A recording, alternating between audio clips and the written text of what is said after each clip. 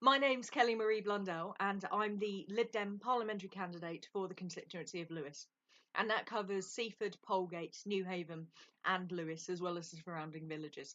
And I wanted to talk just briefly today about why I think the people need a vote on the final deal on Brexit. And the reason it's so important today is because the government have just won a vote in the House of Commons where they have voted that if we crash out of the European Union with no deal next March, then we will also leave the customs union.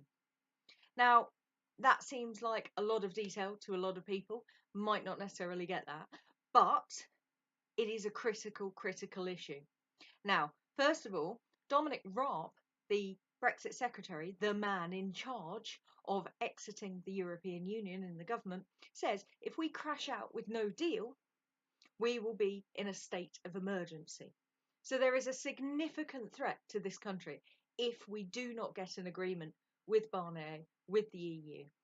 Now, if we leave the customs union, we will have to break the Good Friday Agreement. Now, the Good Friday Agreement came about in 1998 and basically put an end to 70 years of problems between Northern Ireland, Southern Ireland, and the British government.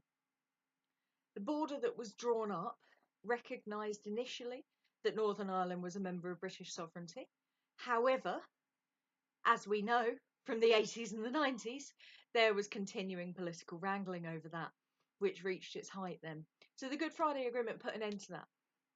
And that's why I think that we need a vote on the final deal.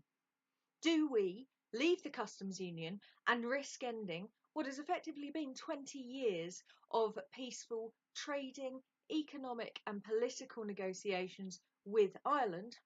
Or do we leave the customs union, which doesn't only threaten that, but it also threatens our traders' ability to trade without tariffs? It can have a huge impact on our imports and increase tariffs on things that we're buying into the country, and it will bring grave consequences to our economy. That's why the people deserve a final say on the Brexit deal.